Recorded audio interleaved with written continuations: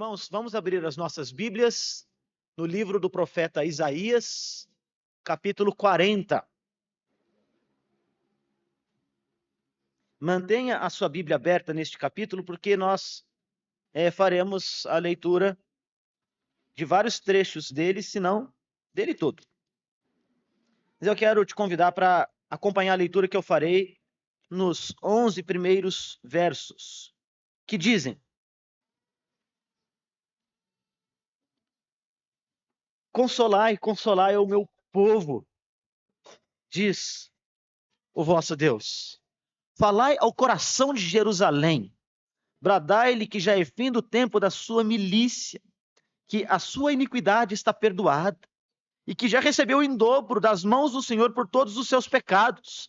Vós, do que clama no deserto, preparai o caminho do Senhor, endireitai no ermo a vereda do nosso Deus. Todo vale será aterrado e nivelado, todos os montes e outeiros. O que é tortuoso será retificado e os lugares escabrosos aplanados. A glória do Senhor se manifestará e toda a carne verá, pois a boca do Senhor o diz. Uma voz diz, clama. E alguém pergunta, que hei de clamar? Toda a carne é erva, e toda a sua glória como a flor da erva. Seca-se a erva e caem as flores, soprando nelas o hálito do Senhor. Na verdade, o povo é erva. Seca-se a erva e cai a sua flor, mas a palavra do Senhor permanece eternamente. Tu, ó Sião, que anuncias boas novas, sobe a um monte alto. Tu que anuncias boas novas a Jerusalém, ergue a tua voz fortemente. Levanta, não temas, e dize às cidades de Judá, eis aí está o vosso Deus. Eis que o Senhor virá com poder e o seu braço dominará. Eis que o seu galardão está com ele, e diante dele a sua recompensa. Como pastor, apacentará o seu rebanho. Entre os seus braços, recolherá os cordeirinhos e os levará no seio, as que amamentam. Ele guiará mansamente. Que texto sensacional, meus irmãos, que texto maravilhoso, que nos traz uma cena muito bonita do livro de Isaías. Uma cena que inaugura a segunda parte do livro de Isaías. Muitos dos estudiosos que se especializam em perscrutar, em estudar o livro do profeta Isaías, reconhecem que na estrutura do livro há uma divisão tríplice, temática, que é abordada pelas profecias de Isaías. E nesta divisão temos do capítulo 1 ao 40, a primeira parte do livro. Esta primeira parte, que poderia se dizer inicia-se mesmo no capítulo 6, tendo os capítulos 1 a 5 como um prólogo, é a parte que anuncia a vinda de um rei poderoso. Na segunda parte, esta que nós passamos a ler aqui, a partir do capítulo 40, que poderia se dizer começa mesmo no capítulo 38, com um pequeno prólogo que conta a história do rei Ezequias. Nós temos agora o anúncio de que Deus mandará o seu servo, o servo que vem da parte do Senhor, para realizar a sua obra. Então, o servo sofredor é apresentado a partir do capítulo 40 até o capítulo 55. E temos na parte final do livro de Isaías, do capítulo 55 ao capítulo 66, o triunfo do ungido de Deus, aquele que vem da parte do Senhor, o rei poderoso, o servo sofredor, é o ungido que vai triunfar total, absoluta e retumbantemente em todas as promessas que Deus mesmo fez, de que um dia ele iria não apenas redimir, mas reunir o seu povo e reinar com o seu povo. A nossa cena da sala do trono, das cenas de Isaías de hoje, está neste capítulo 40, possivelmente um dos mais bonitos de todo o livro do profeta Isaías, e que naturalmente eu não poderei fazer justiça a ele, por isso eu pedi que os irmãos ouvissem com atenção o próprio texto, que o texto por si só fala-nos de coisas inefáveis. E eu quero propor que os irmãos meditem nestas palavras inspiradas. Porque se nós temos um momento que podemos dizer que é inerrante em todo o nosso culto, é quando a palavra de Deus é lida. Nós temos nessas palavras aqui promessas que são maravilhosas e que consolam o nosso coração. E este capítulo 40 é dividido em duas partes. Os versículos 1 a 11 que nós já lemos, e depois os versos 12 até o verso 31. Deixa eu oferecer um pouquinho de contexto para a gente se situar nesta cena tão bonita que nós lemos aqui do profeta Isaías. Estou distraindo porque eu não estou enxergando agora que eu vi que eu estou sem óculos. Muito bem. Se no primeiro livro, que vai dos versos 6, capítulo 6 até o 38, nós temos um anúncio de um grande juízo da parte de Deus sobre as nações, ao mesmo tempo que Deus promete em que enviaria um grande rei para resgatar a sua própria nação, que ele suscitaria o seu reino e que ele estabeleceria um governo justo e santo, um governo que não teria fim. Agora, neste livro, nesta parte do livro, nós temos uma mensagem que pode parecer, às vezes, um pouquinho confusa, quer dizer, ambígua, deixa eu usar esta palavra. Sabe por quê? Porque quando a gente lê os capítulos 38 e 39, que nos conta um pouco da saga de Isaías, nós vimos já em um dos momentos que Isaías enfrentou, não é, o cerco de Senaqueribe, logo em seguida ele lida com uma doença, na verdade isso não está arranjado em ordem cronológica, mas Isaías coloca desta maneira em que ele lida com uma doença, pede o livramento de Deus, Deus o livra, não é? E chega o capítulo 39, há uma história interessante, em que alguns emissários de uma terra distante, longe de Israel, uma terra que naquela altura não representava grande ameaça para Ezequias e nem para o povo de Deus, a terra da Babilônia, manda alguns emissários para Ezequias. E Ezequias, então, recebe esses emissários, não é? E ele, então, os leva para dentro do seu palácio. Ele os leva para dentro da sua cidade fortificada. Ele os leva para a sala do trono. Ele os leva para a sala dos seus tesouros. E ele mostra toda a sua riqueza, toda a opulência, quer dizer, a memória do povo, não é? Ali simbolizada pelos objetos de culto, pelos objetos de resultados de tributos, pelos troféus, não é, das grandes vitórias de Israel, que eram guardados ali, não é, como um símbolo da vitória de Deus por meio de Israel. Ele mostra tudo isso. Olha só que beleza, a minha sala do trono. E Deus não gosta da atitude dele. Ele foi meio amostradinho, não é? Tem um conto que eu brinco com os meus filhos, que termina com a censura de um sujeito chamado Nico, porque o Nico era muito falador e ele era gabolo. Você sabe o que é um gabolo? O gabolo é aquele que se gaba, não é? Aquele que se acha muito bom. E Deus então está dizendo para Ezequias: olha, você foi gabolo, você foi exibido, foi amostrado. E ele promete então que aqueles homens bonzinhos e bonitinhos que foram lá na cidade de Jerusalém, não é, trazer ali as saudações do rei da Babilônia, que eles representavam, não é, o reino que um dia viria e levaria todo aquele tesouro embora. Aquilo que ele mostrava como sendo a glória do seu reino, um dia seria levado embora daquele lugar pelos babilônios que ele convidou para entrar no seu palácio. Então, o capítulo 39, ele apresenta para a gente essa imagem. A imagem de um juízo vindouro da parte de Deus, que ainda estava longe, é verdade. Ezequias, curiosamente, até diz: bem, que bom que não vai ser no meu próprio tempo. Né? Está quase dizendo: bom, né, vai ser os meus descendentes, né, eles que se virem, eles que lutem. Né? Deus me poupou aqui. Termina assim o capítulo 39, com a promessa de que Deus mesmo enviaria por meio dos babilônios um juízo, uma mão de disciplina sobre o seu povo, de modo que o povo todo seria arrancado da sua terra, arrancado das suas casas, arrancado dos seus lares, arrancado do seu templo seria vilipendiado e o povo então seria levado cativo, embora. É assim que nós temos o começo do capítulo 40, com essa imagem. E, aliás, todo esse trecho, capítulo 40 ao 55, os irmãos depois lerem detidamente, lida com a iminência deste cativeiro. É interessante porque emocionalmente é alguma coisa que talvez não impactasse tanto os leitores dos dias de Isaías.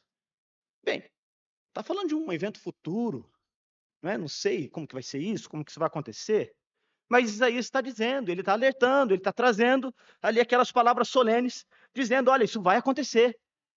Vocês serão levados embora da sua terra, vão ser levados cativos. Mas, ao mesmo tempo em que ele anuncia o cativeiro e a prisão dos judeus, a prisão do povo de Judá, do povo do sul, em uma terra distante e pagã, ele também anuncia o livramento da parte de Deus. Deus mesmo os mandaria para longe da sua terra, mas Deus mesmo voltaria para este povo, o seu olhar, o seu coração, e traria o povo de volta. Então nós temos nesses capítulos essa tensão entre a iminência de um cativeiro e a mão do Senhor que haveria de resgatá-los. Então, temos finalmente no capítulo 44, talvez um dos textos mais disputados do livro de Isaías, por céticos, é verdade? Não é que apresenta, com mais de um século de antecedência, o nome do rei persa que um dia livraria o povo do cativeiro que ainda nem havia acontecido. Lembra? Na história, o povo vai ser levado cativo e vai ficar 70 anos lá na terra da Babilônia. E um rei chamado Ciro haveria de ser aquele por meio de quem o povo seria liberto. Deus usaria este rei persa que dominou os babilônios a fim de que o povo fosse liberto e começasse o seu caminho de volta para Jerusalém. E o capítulo 44 de Isaías traz o nome dele antes mesmo dele nascer, décadas antes dele nascer. E o nosso texto, então, se situa dentro dessa realidade de algumas camadas proféticas. Há profecias aqui que apontam para coisas que haveriam de acontecer ainda no tempo mais ou menos próximo da geração de Isaías. Algumas gerações depois, o povo seria levado cativo, isso é uma profecia. Algumas gerações depois disto, o povo seria liberto do seu cativeiro. Esta é uma outra profecia que prevê algo ainda mais à frente. E ainda mais, este texto e esta realidade do cativeiro do povo de Deus na Babilônia, como resultado dos seus pecados, do seu afastamento de Deus, e a libertação do povo de Deus ainda simbolizava algo maior que Deus faria, que haveria a libertação de um cativeiro maior ainda, não apenas daquele povo de Israel, mas de todos os homens e todas as mulheres cativos pelo pecado. E essa imagem, então, nos apresenta aquele que viria anunciado pela voz que clama do deserto. Servo do Senhor. Ele virá. Ele virá. E ele vai libertar o povo. Então, há um sentido especial deste texto. Quando ele foi lido, talvez, pelos judeus, pelo povo de Deus, lá no cativeiro, tantas décadas depois. Quem sabe os contemporâneos de Isaías não entenderam muito bem. Mas imagine agora, muitas décadas depois, o povo, de posse dos pergaminhos, dos rolos, dos livros, acessando a profecia de Isaías. E lembrando, nossa, os nossos avós falavam disso. Os nossos trisavós, bisavós falavam disso. E é de nós que este texto está falando. E há aqui uma promessa de que Deus haverá de nos livrar. Então imagine o povo exilado, Tantas décadas depois deste texto ter sido escrito, literalmente no olho do furacão. Muito tempo, décadas e décadas. E com aquele sentimento da saudade de casa, do lar que alguns deles nunca conheceu, ou nunca conheceram. E o desejo de um dia voltar para lá. E agora eles acessam essa profecia que nós lemos, em que Deus manda o seu consolo. O exílio é uma coisa que faz mal para a alma da pessoa. A gente às vezes viaja, né, e passa algumas semanas fora de casa, e a gente sente saudade, né, do nosso cantinho, da nossa casinha, do nosso quintal, da nossa rotina, das nossas coisas. A gente tem na poesia brasileira, né, Castro Alves com a sua famosa, conhecida Canção do Exílio. A parte final da Canção do Exílio de Castro Alves é interessante, ele diz assim, mais ou menos: minha terra tem primores, que tais eu não encontro cá. Ele estava lá em Portugal, longe do Brasil. Em cismar sozinho à noite, mais prazer eu encontro lá. Minha terra tem palmeiras, onde canta o sabiá. É o que ele diz, quando ele conclui seu poeminha. Não permita, Deus, que eu morra, sem que eu volte para lá, sem que eu desfrute os primores que eu não encontro cá, sem que ainda eu aviste as palmeiras, onde canta o sabiá. E às vezes a gente sente essa sensação da ausência de alguma coisa. E era essa a sensação do povo de Deus, a ausência de tudo que eles conheciam. E você sabe que quando a gente sente essa angústia, o tempo passa de uma maneira diferente. Se você sente dor ou tristeza ou alguma forma de abatimento, parece que o relógio muda o seu compasso, né? O seu ritmo. E os ponteiros vão batendo num outro ritmo, né? Numa outra balada. Parece que demora. Eu me recordo, há um ano mais ou menos, quando precisei fazer aquela cirurgia na coluna, que muitos dos irmãos sabem. Passei, acho que umas 72 horas ou um pouco mais no hospital. E o tempo passava de um jeito diferente. Quando a gente está bem, 72 horas passa voando. E a gente fica pensando assim, eu queria que o dia tivesse mais horas, né? Para que a gente pudesse fazer tudo que a gente precisa e cumprir todas as tarefas que a gente tem. E a gente até reclama, não tenho tempo para nada. Até que você se vê numa situação em que parece que você tem muito tempo e que o tempo não passa, e ele passa devagar.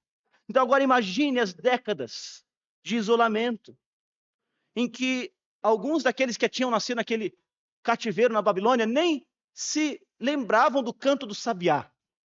Não tinha sabiá lá, tá, gente? Dos passarinhos.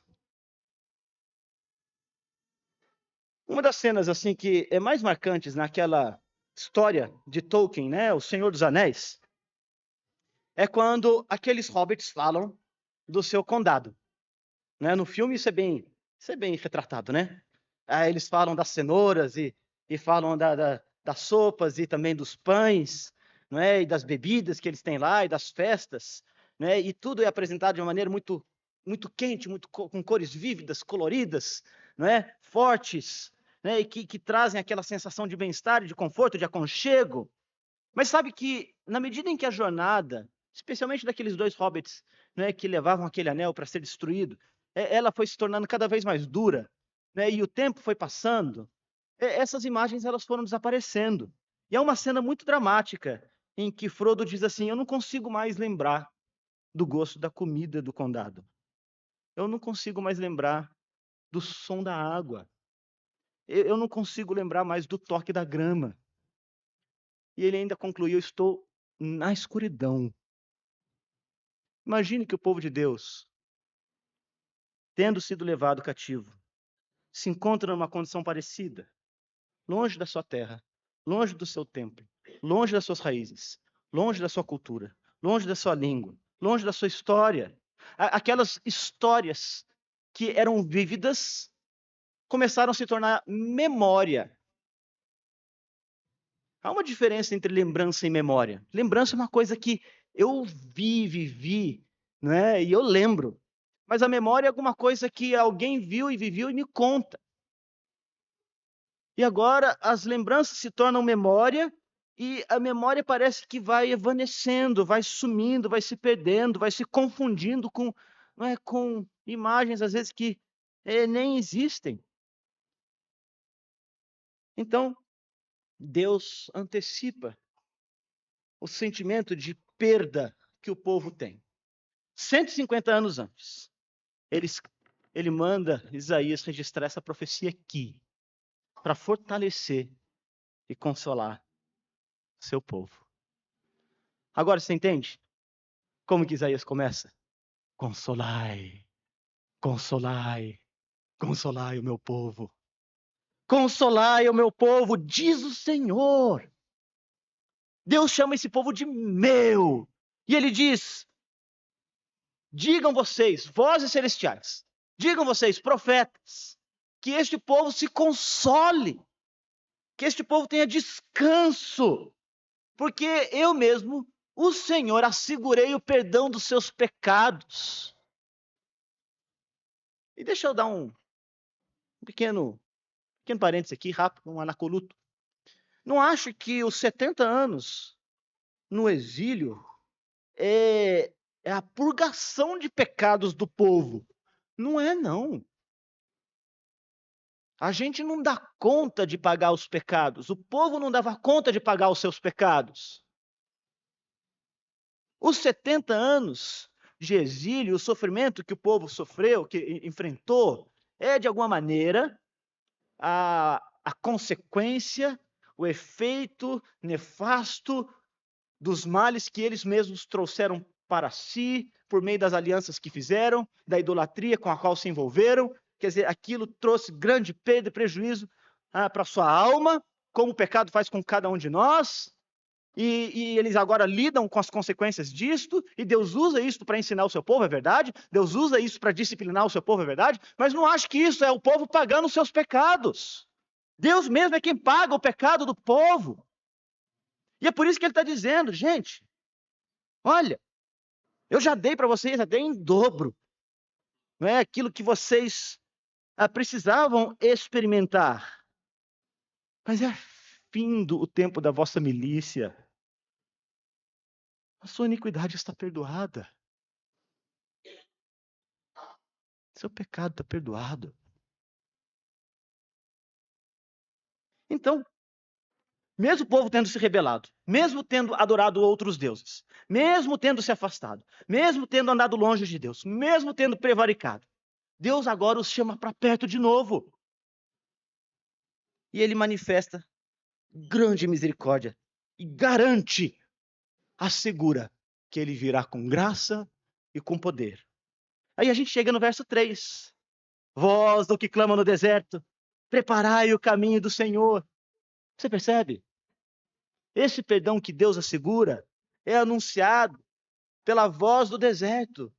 Ali há uma imagem de um caminho que é preparado. Imagine um caminho cheio de obstáculos, não é? Aqui a gente vê alguns dos obstáculos, os montes, os outeiros. O caminho é torto, não é? O lugar é escabroso, mas ele vai ser aplanado. Isso é muito evocativo da imagem de um grande e poderoso rei, ou de um grande e poderoso general, que entra em procissão vitorioso em uma cidade.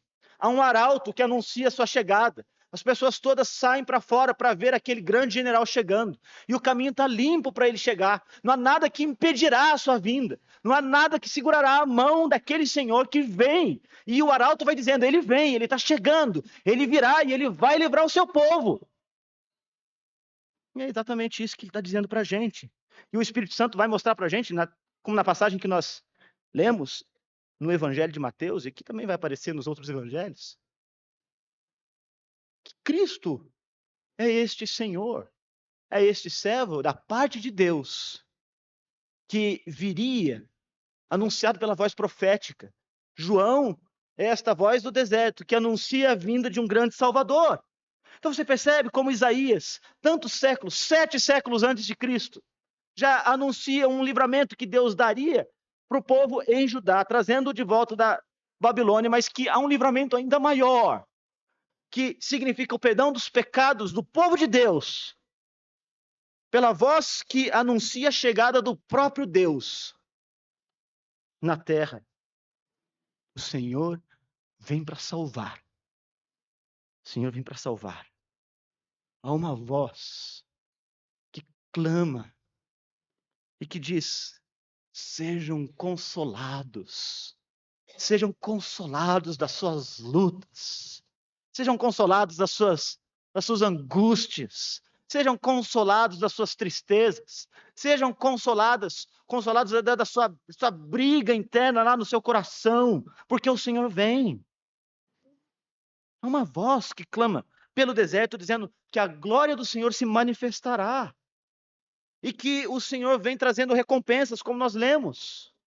Ele traz o seu galardão. E ele vem como um pastor, que assim conclui o verso 11, para cuidar das suas ovelhinhas. Espera no Senhor, diz o profeta. Espera nele. Espera nele. Espera no Senhor, porque ele virá. Ele virá com poder.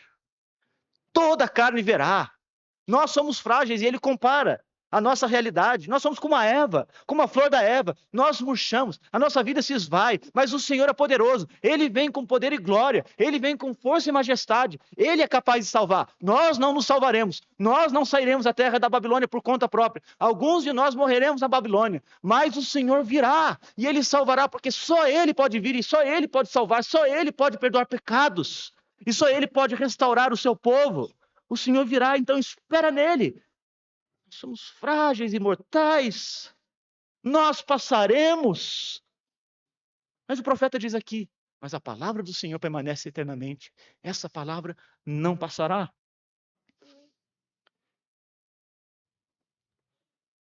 E aí, para garantir para o seu povo que isso que Deus revela vai acontecer, é interessante o que o profeta faz aqui. Ele traz a gente para uma cena semelhante àquela que nós temos em Isaías capítulo 6. Vocês lembram? Isaías capítulo 6, nós temos o profeta tendo um visio dei, uma visão de Deus, uma epifania. Deus se manifesta gloriosa e poderosamente diante do profeta, de modo que ele fica tão aterrado, que ele bota a cara no chão. Ele acha que vai morrer, porque ele está diante da santidade de Deus. Na ocasião em que nós meditamos no capítulo 6, eu fiz uma pergunta que eu quero repetir aqui. Quem é Deus? Quem é Deus? Quem é Deus para você?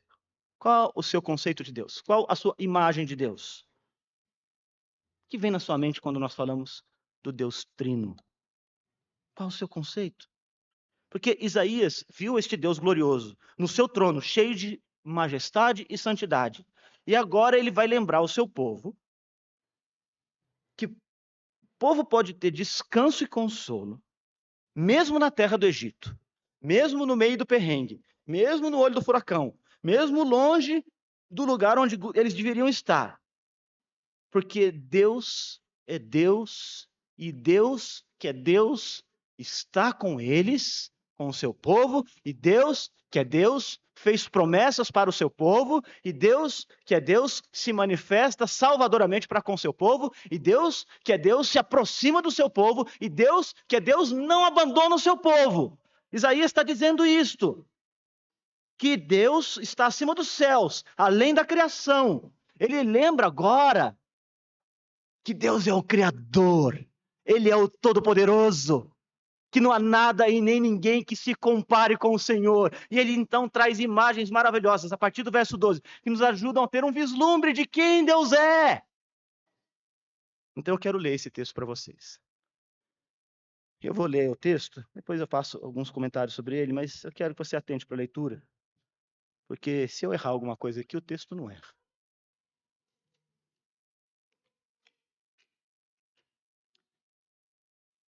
Quem na concha de sua mão mediu as águas e tomou a medida dos céus a palmos? Quem recolheu na terça parte de um éfa o pó da terra e pesou os montes em romana e os outeiros em balança de precisão. Quem guiou o Espírito do Senhor ou como seu conselheiro o ensinou? Com quem tomou ele conselho para que ele desse compreensão? Quem o instruiu na vereda do juízo e lhe ensinou a sabedoria e lhe mostrou o caminho do entendimento? Eis que as nações são consideradas por ele como um pingo que cai de um balde, como um grão de pó na balança. As ilhas são como o pó fino que se levanta. Nem todo o Líbano basta para queimar, nem os seus animais para o holocausto. Todas as nações perante ele são como coisa que não é nada.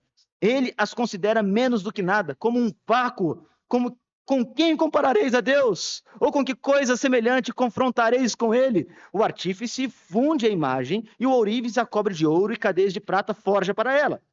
O sacerdote idólatra escolhe a madeira que não se corrompe e busca um artífice perito para assentar uma imagem esculpida que não oscile. Acaso não sabeis? Porventura não ouvis? Não vos tem sido anunciado desde o princípio? Ou não atentastes para os fundamentos da terra? Ele é o que está assentado sobre a redondeza da terra, cujos moradores são como gafanhotos. É ele quem estende os céus como cortina e os desenrola como tenda para neles habitar. É ele quem reduz a nada os príncipes e torna em nulidade os juízes da terra. Mal foram plantados e semeados, mal se arraigou na terra o seu tronco, já secam, quando um sopro passa por eles e uma tempestade os leva como palha. A quem, pois, me comparareis para que eu lhe seja igual, diz o santo? Levantai aos altos os olhos e vede. Quem criou estas coisas? Aquele que faz sair o seu exército de estrelas, todas bem contadas, as quais ele chama pelo nome, por ser ele grande em força e forte em poder. Nenhuma só vem faltar. Por que, pois, dizes, ó Jacó, e falas, ó Israel? O meu caminho está encoberto ao Senhor e o meu direito passa despercebido ao meu Deus. Não sabes? Não ouvistes? Que o eterno Deus, o Senhor, o Criador dos fins da terra, nem se cansa e nem se fatiga. Não se pode esquadrinhar os seus pensamentos. Faz forte ao cansado e multiplica as forças ao que não tem nenhum vigor. Os jovens se cansam e se fatigam, e os moços de exaustos caem, mas os que esperam no Senhor renovam as suas forças, sobem com asas como águias, correm e não se cansam, caminham e não se fatigam. Isaías agora, então, ele apresenta essa imagem de Deus. E diz que o povo pode ter este consolo para o qual o próprio Deus chama. Lembrando que o Deus que os chama para o consolo e faz promessas para eles é este Deus aqui descrito. O Criador, o Deus Todo-Poderoso. Essas imagens maravilhosas que ele nos traz aqui é para que a gente consiga entender um pouquinho de quem Deus é. E aí ele traz essas imagens que nos ajudam a ter essa noção da grandeza de Deus.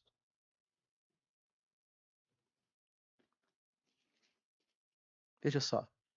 Quem na concha de sua mão mediu as águas e tomou a medida dos céus a palmos? Quando os meus filhos eram pequenos, eu gostava de levá-los para a praia, como todo pai leva seus filhos pequenos para a praia. E a gente faz o que todo pai faz com um filho pequeno na praia. A gente cava um buraco ali perto da onde a água bate. Né? A gente faz um buraco grande lá. E era interessante vê-los vindo com o baldinho, enchendo o baldinho com água e jogando no buraco. E aí depois voltava, jogava de novo. Quando chegava já secou tudo. Mas continuava aquele exercício. É um bom, aliás, para quem é pai novo aqui, é um bom jeito de você cansar o seu filho na praia, tá? Você cavar um buraco com ele e falar, olha, agora enche, pega toda a água do oceano e põe aqui. Interessante, né? Sabe quanto que a gente tem de água no oceano? Eu também não sei, não tenho a menor ideia, mas aí eu fui para a internet procurar, pesquisar, eu acho que o dado é mais ou menos preciso, porque eu pesquisei a fonte, parece que é uma fonte boa. Veja se você consegue acompanhar esse número. O volume total de água nos oceanos da Terra é estimado em cerca de 1,332 bilhões de quilômetros cúbicos. Para converter isso em litros, nós temos que fazer o seguinte cálculo. 1 quilômetro cúbico, presta atenção, tem 1,332 bilhões de quilômetros cúbicos. 1 quilômetro cúbico é equivalente a 1 trilhão de litros de água. Ok? Cadê o JP, que é bom de matemática? Calcula pra gente aí, JP. Quanto que é 1,332 bilhão, bilhão, vezes 1 trilhão. Acho que é aquele número que não cabe na calculadora, né? É mais ou menos isso que é estimado que tem nos oceanos. O texto está dizendo pra gente, numa linguagem poética, que Deus faz assim, ó. Na concha da mão dele cabe toda essa água do oceano.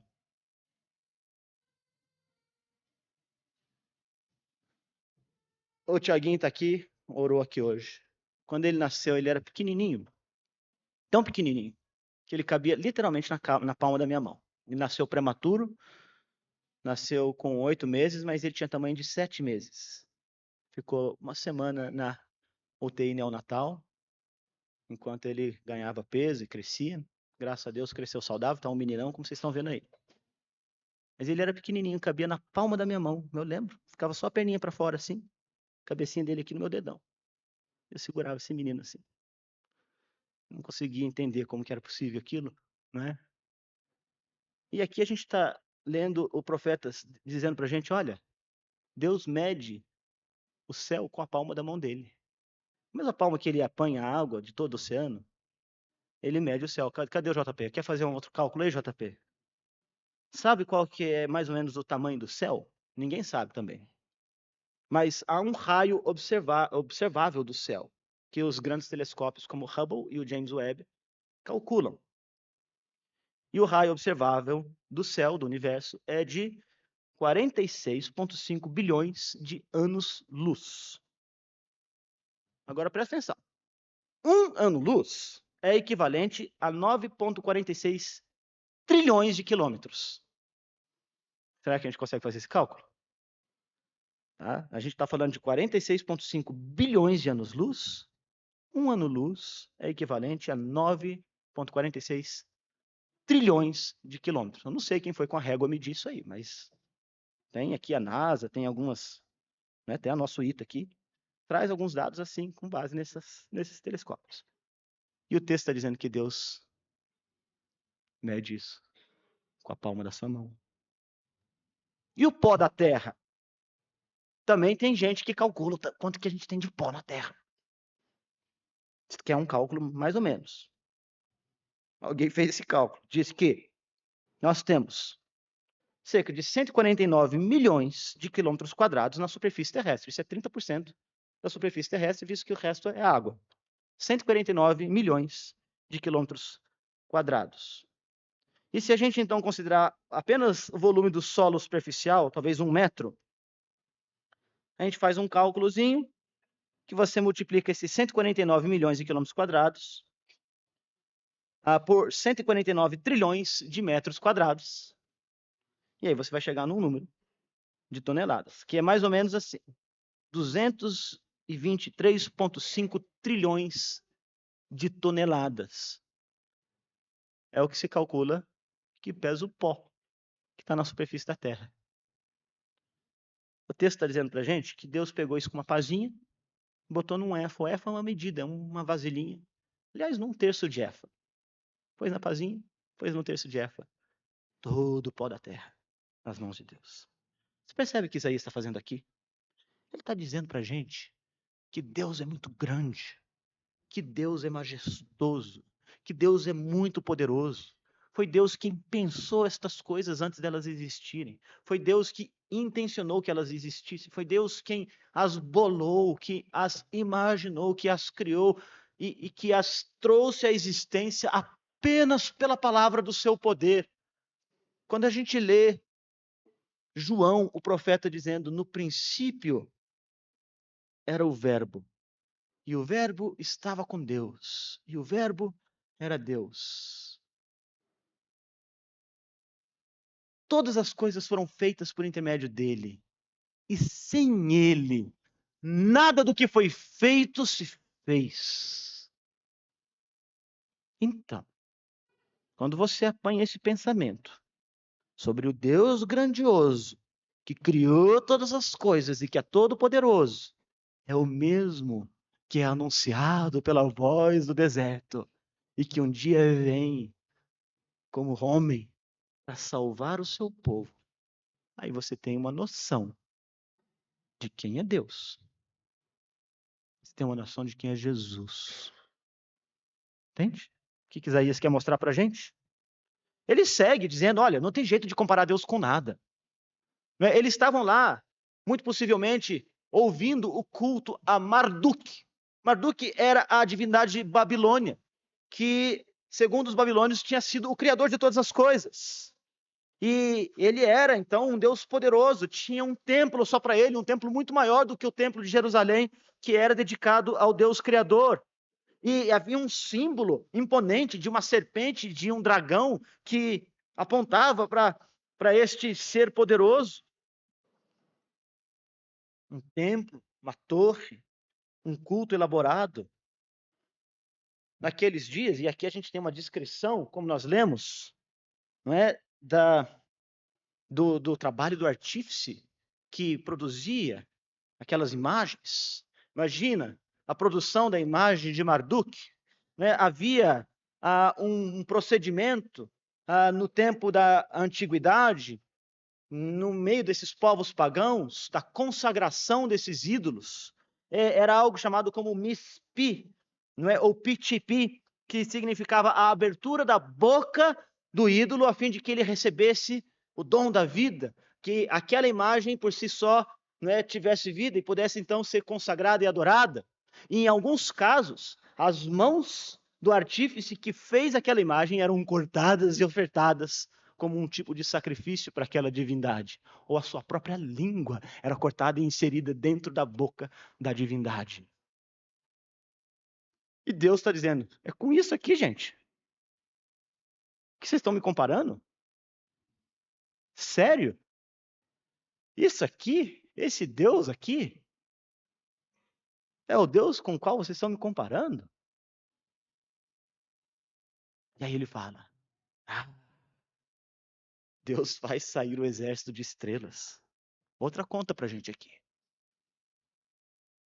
Também não existe alguém que fez essa conta direitinho, mas há uma estimativa de que existem mais estrelas nos céus do que grãos de areia na Terra. Há 10 sextilhões de estrelas, segundo James Webb.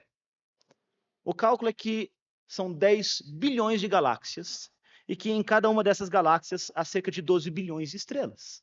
Quando você então multiplica 10 bilhões por 12 bilhões, você vai chegar nesse número absurdo. Deus sabe o nome de cada uma delas. Cada uma delas ele deu um nome, ele personalizou. Chama as estrelas pelo nome. Você percebe?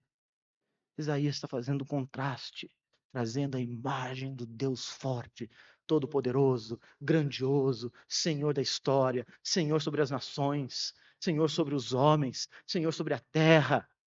Ele é o Todo-Poderoso. E ele está dizendo, este Deus está dizendo, consolem, consolem, porque eu tenho um povo que é meu. Um povo que é meu. E aí a gente chega no verso 27. Desse capítulo 40.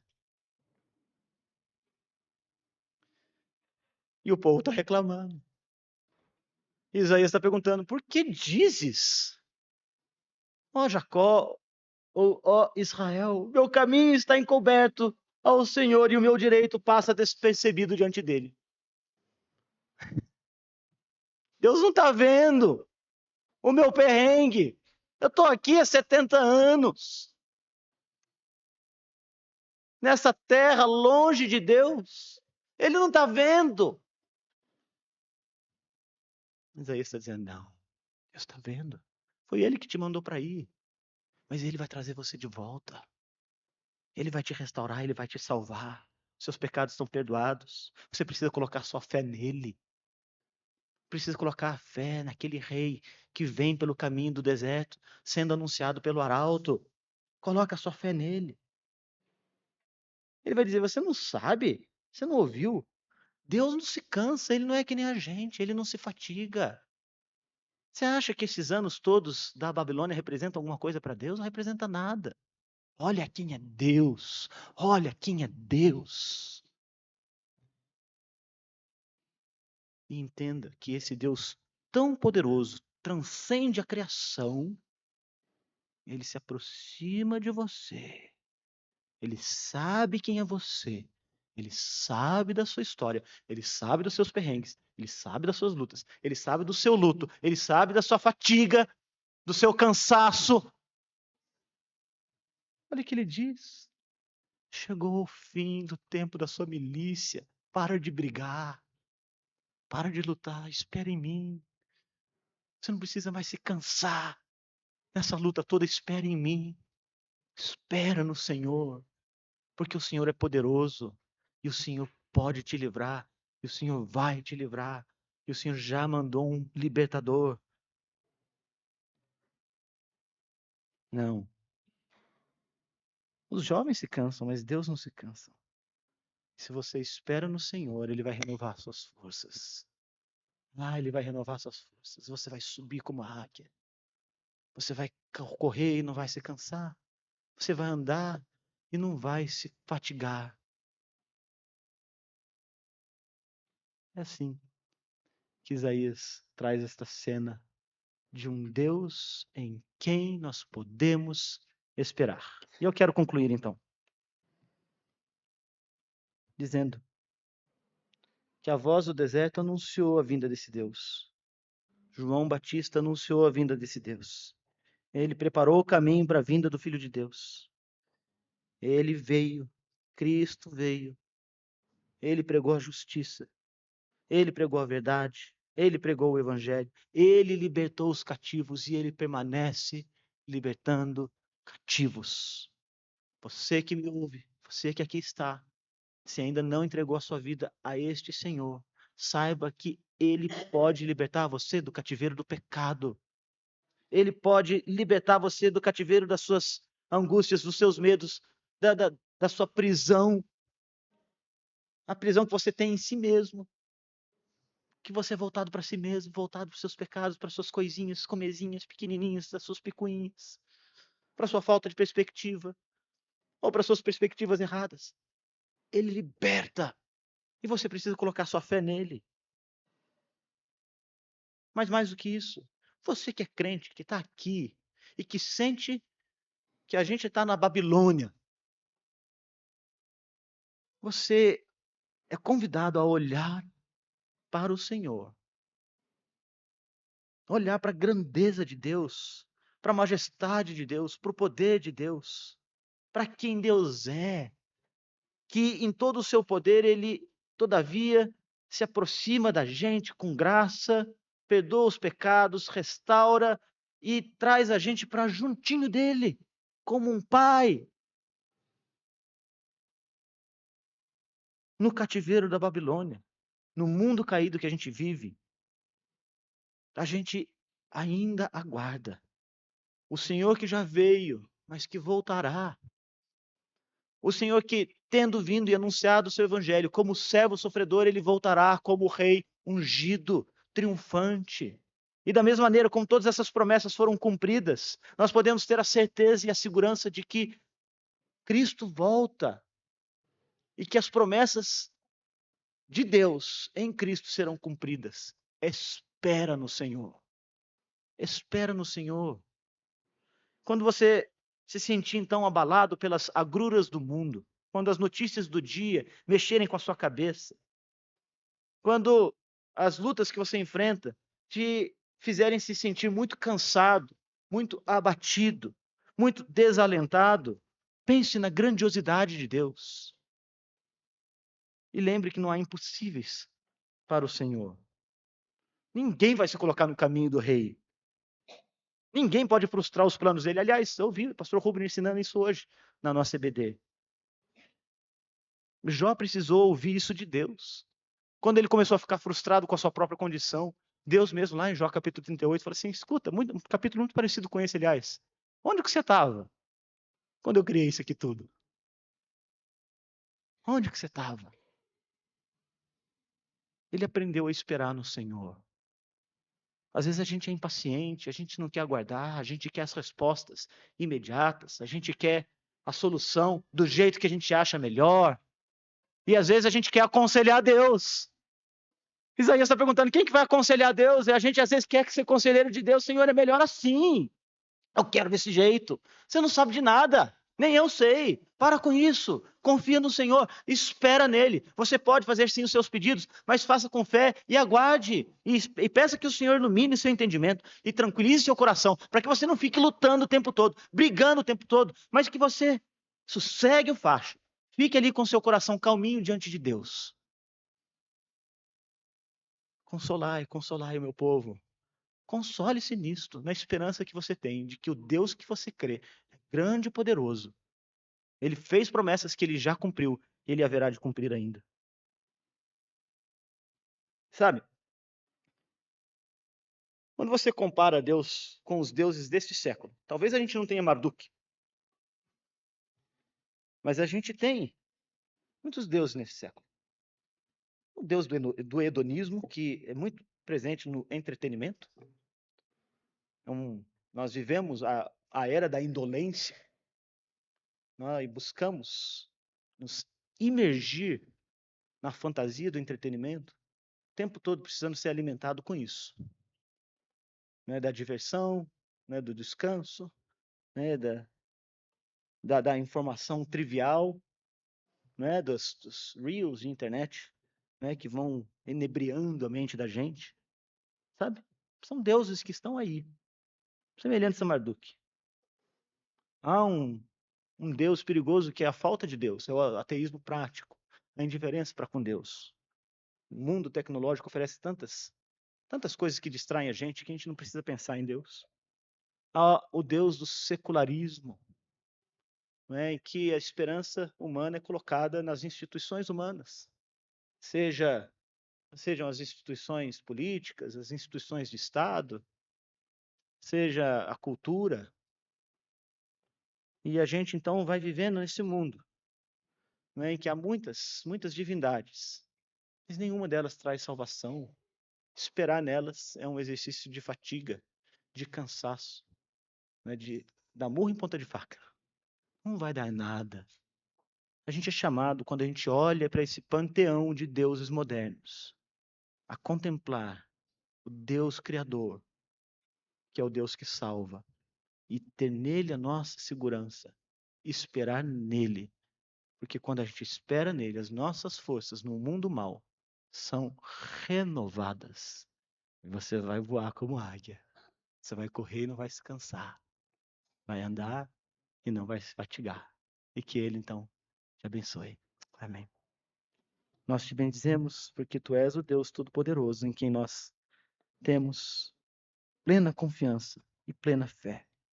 Obrigado porque tu és grandioso. Nós podemos esperar no Senhor. Nós te louvamos e pedimos que o Senhor nos console com estas palavras. Amém.